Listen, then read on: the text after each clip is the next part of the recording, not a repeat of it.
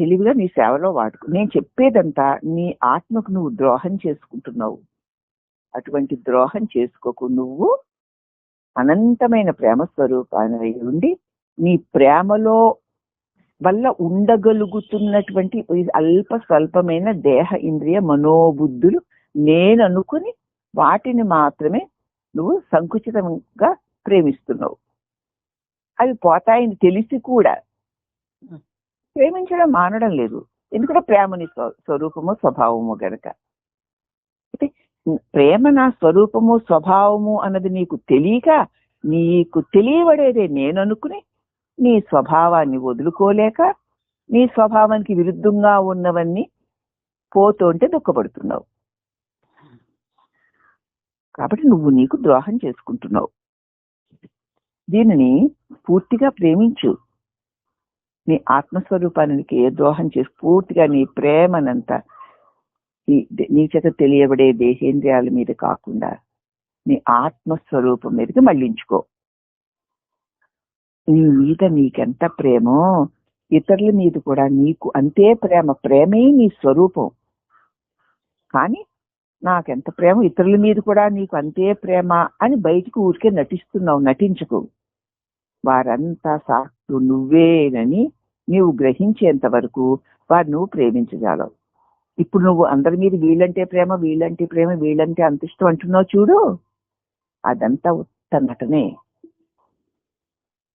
వాళ్ళు నీకంటే వేరుగా ఉన్నారని వారి మీద నాకు ప్రేమని అనుకుంటున్నావు నువ్వు.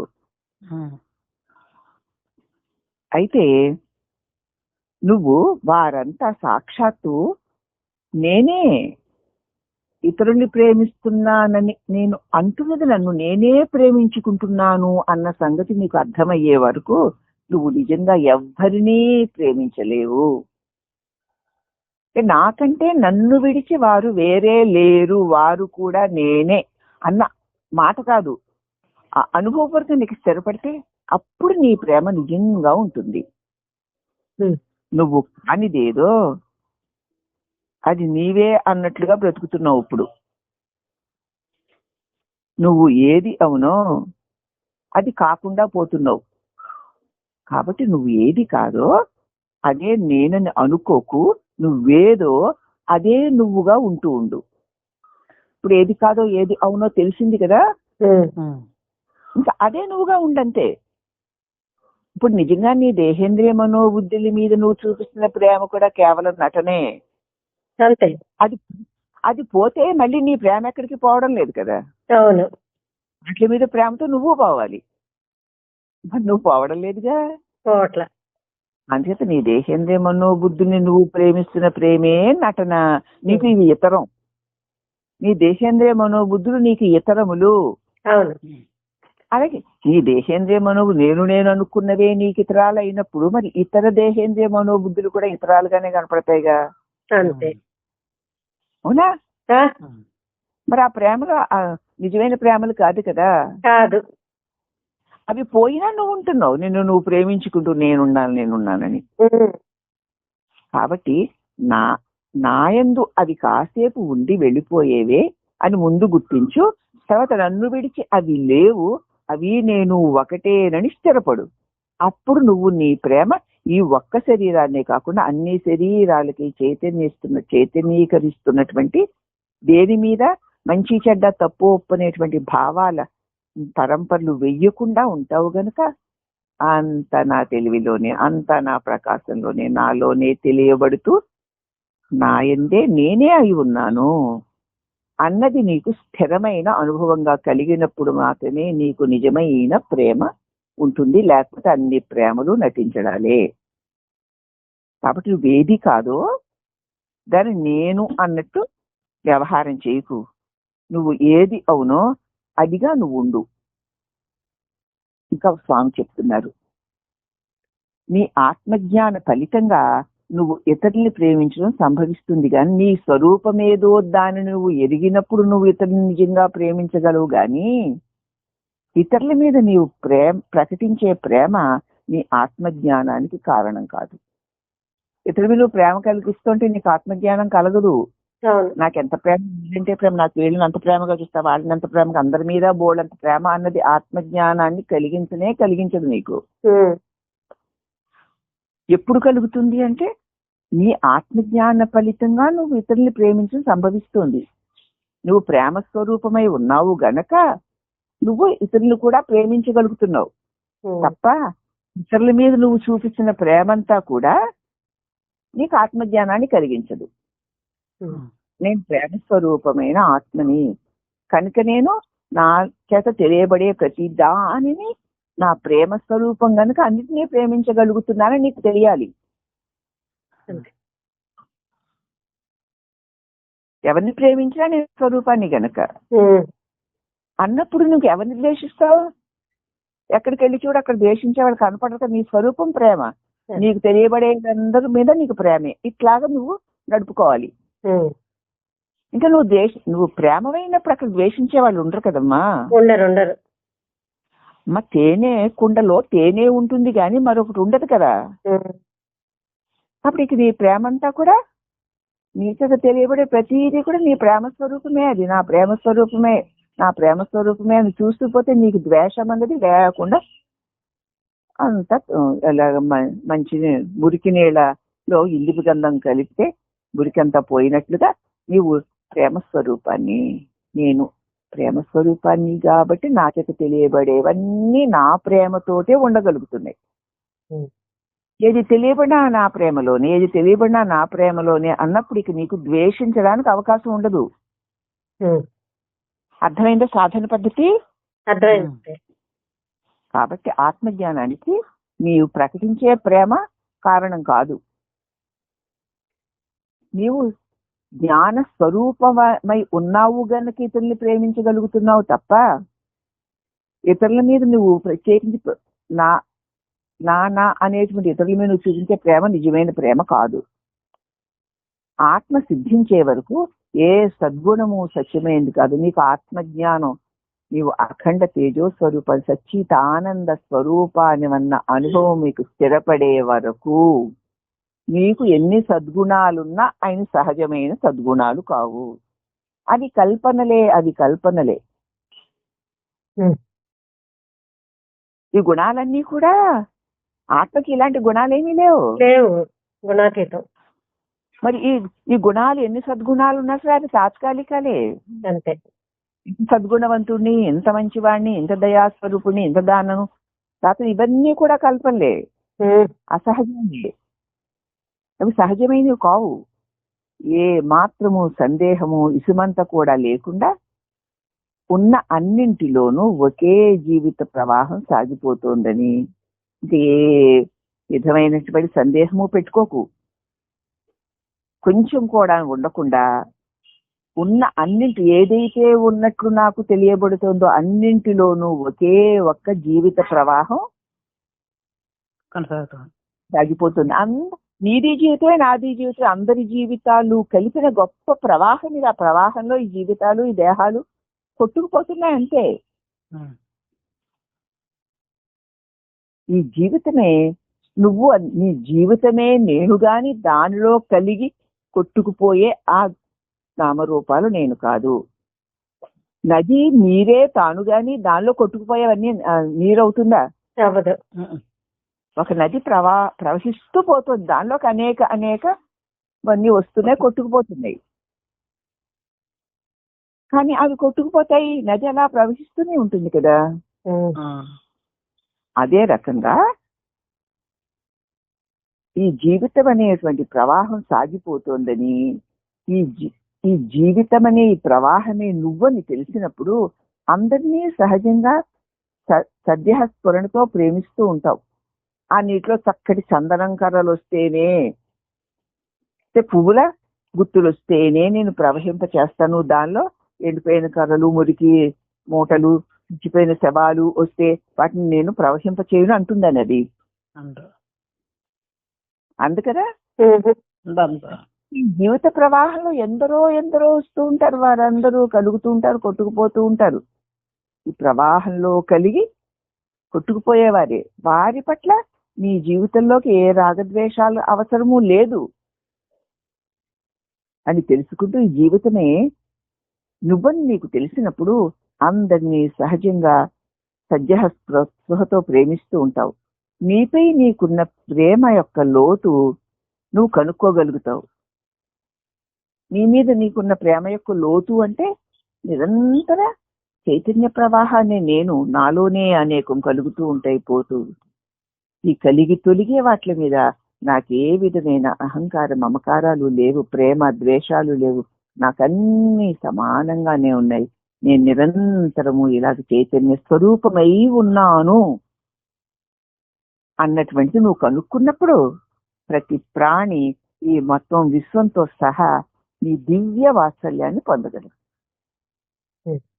ఏది కనపడినా చూపు నేనై ఉన్నాను గనుకనే, ఏది తెలియబడుతున్నా సరే తెలివి నేనై ఉన్నాను గనుకనే. కనబడేవి వినబడేవి చూడబడేవి మారుతూ ఉండొచ్చు గాని నేను మారని అనంత చైతన్య సాగరాన్ని. ఇప్పుడు నేనేమన్నా ఊహలు చెప్పట్లేదు, స్వామి కూడా చెప్పట్లేదు, మీరు కూడా చూసుకోండి, అవునా కదా?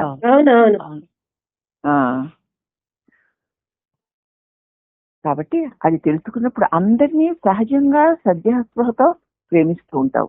నీపై నీకున్న ప్రేమ యొక్క లోతును నువ్వు కనుక్కున్నప్పుడు ప్రతి ప్రాణి ఈ మొత్తం విశ్వంతో సహా నీ వాత్సల్యాన్ని పొందగలదు. దేనిని ద్వేషించడానికి ఏముంది? ఇలా కాసేపు కనిపించే దృశ్యానికి కలుగుతుంటాయి, తొలుగుతుంటాయి.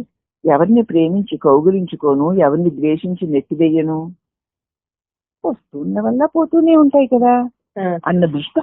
వాటికి ఆధారంగా నేనే కదా ఉన్నాను, నేను లేకపోతే ఇవి లేవు కదా. నేను ఆధారమైన చైతన్య సాగరాన్ని, నా మీద ఆధారపడి ఉన్న దృశ్యాలు ఇవన్నీ. దేన్ని అవునన్నా కాదన్నా అవి ఉండవలసిన సేపు ఉండి వెళ్ళిపోతాయి. అసలు దానికి అవును కాదని నేనెందుకంటాను? ఆధారం నేనే ఉన్నాను కదా, అవి వస్తాయి పోతాయి అని నీకు తెలిసినప్పుడు ప్రతి ప్రాణి అంటే నీతో తెలియబడిన ప్రతి ప్రాణి ఈ మొత్తం విశ్వంతో సహా నీ వాత్సల్యాన్ని పొందగలుగుతుంది. భగవాన్ అలాగే ఉన్నారు. మరి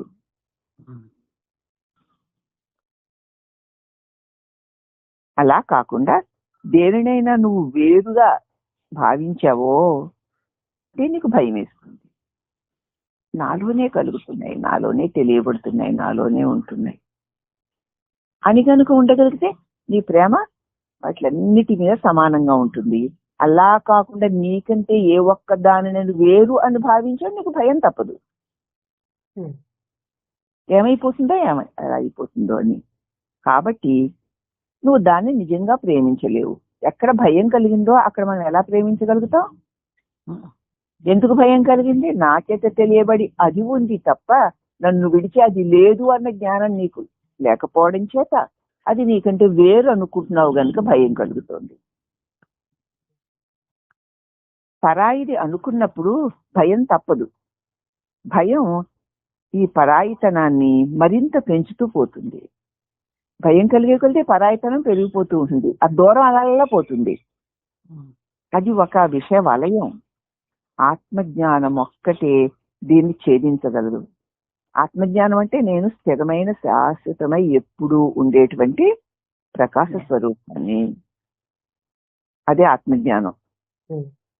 ఏది వచ్చినా ఏది వెళ్ళినా, మంచైనా చెడ్డైనా, కోటి కోటి నామ రూపాలు అవ్వచ్చు, అఖండమైన ఇటువంటి జగత్తులు అనేకం కలగొచ్చు పోవచ్చు, నేను శాశ్వతమైన ప్రకాశాన్ని అన్న స్పృహ నీకు స్థిరంగా కలిగే వరకు కూడా నీకు ఈ భయము పరాయితనాన్ని కలిగిస్తుంది, భయం కలిగిస్తుంది. అది ఒక మహా విష వలయంగా మారిపోతుంది. ఆత్మజ్ఞానం ఒక్కటే దీన్ని ఛేదించగలదు. పట్టుదలతో ఒక్క పని సాధించు. నేను శాశ్వతుడను, నేను చిద్గజ్ఞానంద స్వరూపాన్ని, లేకపోతే అఖండ చైతన్య సాగరాన్ని. ఎప్పటికీ నిజంగా ఇంత అనుకోక్కర్లేదు. నేను అన్నది లేవకపోతే ఏదీ లేదు కదా. మరి ఈ నేనే ఇది అని తెలియబడే వాటిలన్నిటికీ ఆధారంగా ఉందని తెలుస్తోంది కదమ్మా. మరి ఇంకా తెలిసిన తర్వాత ఎందుకు కలుగుతున్నాయి ఇవన్నీ? బుద్ధి వరకే తెలుస్తోంది.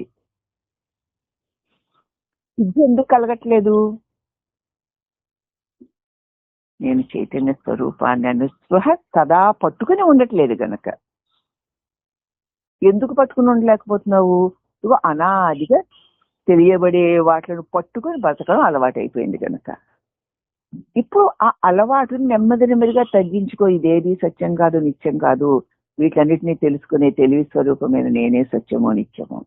ఏది వచ్చినా ఇది సత్యం నిత్యం కాదు, నేనే సత్యాన్ని నిత్యాన్ని, నేనే సచ్చితానందాన్ని అని నిన్ను నువ్వు సదా సదా నీ నిజస్వరూప స్ఫురణలో సదా ఉంటూ ఉంటే ఇవన్నీ కలిగి తొలిగే వాటిగా అవలీలుగా తెలుసుకోగలుగుతావు గనక భయము, భ్రమ, భ్రాంతి ఉండవు. అప్పుడు పరాయితనం లేదు, ఏకైక ప్రకాశమై నువ్వు ఉంటావు. దీన్ని బాగా మీరు ఈ ఆత్మజ్ఞానం ఒక్కటే మీరు పట్టుదలతో ఆ ఆత్మజ్ఞాన స్వరూప స్పృహతో ఉండండి అని డాక్టర్ గారికి చెప్పారు, మనకే చెప్పారు. అందరికీ ఎంత తెలిసినా సరే మనం ఎక్కడ పొరబడుతున్నామో ఎవరికి వాళ్ళు తెలుసుకోవాలి. బయటవన్నీ చాలా బాగుంటాయి, ప్రేమలు, ఆహా ఓహో అల్లలు లల్లలు, అవన్నీ ఎంతసేపు దృశ్యమే కదా. నిన్నంతా దృశ్యం అయిపోయిందా? ఈవేళ వెళ్ళిపోతుంది. రోజు ఇదే పాట, రోజు ఇదే పాట, పాట పాటే అయిపోతుంది అంతే, కానీ అది మన సొంతం అవ్వడం లేదు. వెళ్ళిపోయింది కదా, లేదు కదా. కష్టాలు, సుఖాలు, భోగాలు బాగా వస్తాయి వెళ్తాయి, ఏముంది దానికి. ఎప్పుడున్నా, ఎక్కడున్నా, ఎలా ఉన్నా ఉన్నది నేనే. అప్పల్మిల్లో ఉన్నా, అడవిలో ఉన్నా, వైజాగ్లో ఉన్నా, హైదరాబాద్లో ఉన్నా, కొడుకింట్లో ఉన్నా, కూతురింట్లో ఉన్నా, పుట్టింట్లో ఉన్నా, అత్తింట్లో ఉన్నా, ఇది నా ఇల్లు అనుకుని దీనిలో ఉన్నా ఉన్నది నేనే. నేను మారేనా? దేశాలు, కాలాలు, పరిస్థితులు, పరిసరాలు, వ్యక్తులు మారుతున్నారు, కానీ అలాగే ఉన్నాను కదా. ఆ ఉన్న నేను లేకపోతే ఇవన్నీ ఉండవు కదమ్మా. మరి ఇంకింతకంటే జ్ఞానం ఏమిటరా? బాగా స్థిరపెట్టుకోవాలి, బాగా స్థిరపెట్టుకోవాలి. ఇన్నాళ్ళు శరీరాలను పట్టుకుని దానికి సంబంధించిన వాటిని పట్టుకుని ఆ భ్రమలో తిరుగుతాం. సరే అమ్మా, వాటికి మళ్ళీ చీకటి పడిపోతుంది, మళ్ళీ రేపు తీసుకున్నావా? ఓం నమః. రేపు కాలము, దేశము నీ మనసులోనివే. ఇప్పుడు నేను ఇప్పుడు చెప్పిన మొక్కలే రేపొద్దున పాఠంగా వస్తాయి. దేశము, కాలము నీ మనసులోనివే. దేశం అంటే అక్కడ ఆ ఊర్లో, ఆ టైంలో, ఆ పరిసరాల్లో, ఆ పరిస్థితిలో నేనున్నాను. ఇక్కడ ఈ టైంలో, ఇక్కడ ఈ పరిసరాల్లో, ఈ పరిస్థితిలో నేనున్నాను. అవన్నీ మారేగా, నేను మారలేదు.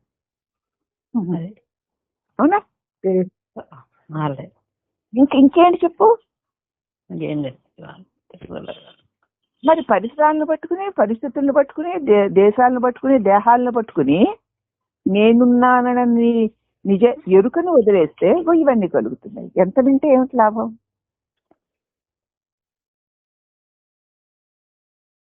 అది మనం చేస్తున్న తప్పమ్మా. అది ఒక్క తప్పును సరిదిద్దుకున్నాం. ఎంతటి బాధల్లోనైనా ఇంత బాధ అంటూ నేనున్నాను, ఇంత సుఖము అంటూ నేనున్నాను, ఇంత సంతోషము అంటూ నేనున్నాను. ఉన్నానా? అనీజీ ఒక అసహనంగా ఉండేటువంటి పరిస్థితుల్లోనూ ఉన్నాను కాబట్టి అసహనం ఉంది. ఆనందకరమైన పరిస్థితులు ఉన్నాను కాబట్టి ఆ సంతోషకరమైన పరిస్థితులు ఉన్నాయి, పరిసరాలు ఉన్నాయి. అక్కడ నిన్ను నువ్వు మర్చిపోతావు, పరిస్థితుల్ని, పరిసరాల్ని, వ్యక్తుల వాళ్ళలో పడి కొట్టుకుపోతావు. అవన్నీ నిన్ను మళ్ళీ కప్పేస్తాయి, మళ్ళీ గుర్తులుగా వస్తూ ఉంటాయి, మళ్ళీ ఆ గుర్తులు పట్టుకు తిరుగుతూ ఉంటావు. ఎవరుంటే ఇవన్నీ ఉన్నాయి? నేనుంటే. నేనెవరు? నేను సదా ఉన్నాను, అవి వచ్చిపోతున్నాయి, అంతే వేదాంతం. సరే, రేపు కాలము, దేశము నీ మనసులోనివే అని స్వామి చెప్తారు. దాని గురించి రేపు చెప్పుకుందామమ్మా.